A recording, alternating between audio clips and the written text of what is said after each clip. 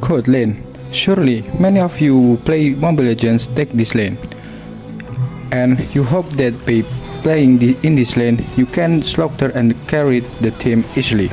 But in fact, code lane is one of the most difficult lanes because there are many macros and micro that must be mastered when playing in that lane. Being ganked while playing in the code lane makes you frustrated and confused about what to do. But calm down. In this video, I will give you some tips when playing code lane, so that when playing code lane, you don't get bitter insult and curses from your own team. Understand the opponent's natural hero counters. For example, if the enemy use Cloud, we can use Bruno or Brody. Another example, if the enemy use Brody, we can use Clean. If the enemy use 1-1, we can use Popple and Koopa or Clean. But none of that applies if we are pushing MMR spam one particular hero. Then we are very confident and expert in using that hero. We have fully mastered the macro and micro when using that hero. When using heroes that we have fully mastered, fighting meta heroes will feel less difficult because we already understand the condition and what we should do. Read the hero power situation. By knowing each power of a hero, we will able to better read the condition to win the lane. For heroes who already have station damage at the beginning such as Brody, Bruno, Popple, and Carry, these heroes when one by one with the other marksman in the early game will definitely win because they have greater base damage at the beginning of the game.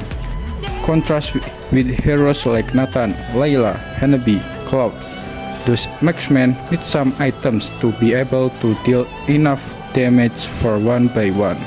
So, look at the situation whether we can play brutality at the beginning or choose to play safe first to get items. Last hit minion. Last hit minion are very important if we play in the gold lane because the difference of just a few hundred gold will affect our laning pace with the enemy. The first 5 minutes are the most crucial thing in playing gold lane, because who wins the lane and gold in the first 5 minutes, it will have an impact on the mid game and late game as well. If we use marksman then that is not strong enough to buy one at the beginning, it is recommended not to clear all the minions directly. This avoids the opponent freezing our minions. Wait for the opponent to clear his minions, then we will clear them too. Taking gold turret shield. Getting gold from shield turrets is also one of the important things in playing gold lane. By getting gold from the shield turrets makes our gold richer than the opponent marksman. But don't forget, if you want to take gold turrets, also look at the condition. For example, we have poked the opponent marksman so that it causes the opponent marksman to die or recall. Before pushing the turret, first look at the map, where the mage and roam are located.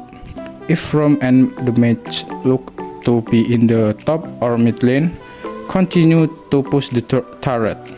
But if on the map mid and roam are not visible, I recommend not to push the turret, especially if your HP is below 50%. We will also discuss this in the next point. Map awareness.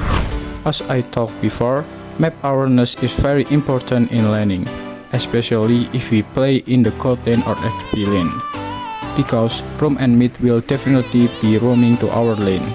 Even though we use meta heroes and feel confident to win when poking with weaker opposing heroes, don't ignore the map either. If you are too focused on poking your opponent and not paying attention to your map, and it turns out that in the past there is already a roam and mid enemy who is backing up. As a result, you lost yourself, who had intended poking to kill the opposing hero, instead died in the opponent's surprise. Join war when the item is enough. When your item is deemed sufficient to deal damage to the opponent, join the war if your room will make a moment. Don't waste your previous farming.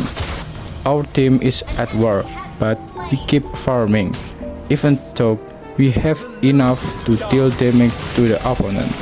Usually, players like this are either map line or Bravo mode players. It should also be remembered that gold lane is an important asset in the team because it is the biggest damage dealer during war. Positioning. When using marksman and during the war, you have ever opened war first, but just entered immediately die.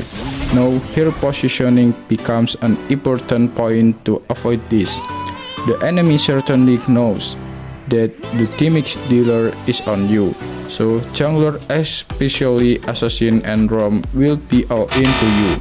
As a result, if you open war first without paying attention to whether the opponent's skills are still complete or not, it will be very risky for you. So you should let your tank and XP open war first. After the enemy has issued all the skills and no more CC, then you can immediately join and deal damage to the enemy comfortably.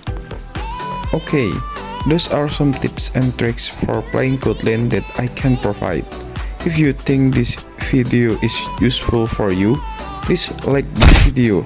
Don't forget to subscribe too for more content. See ya!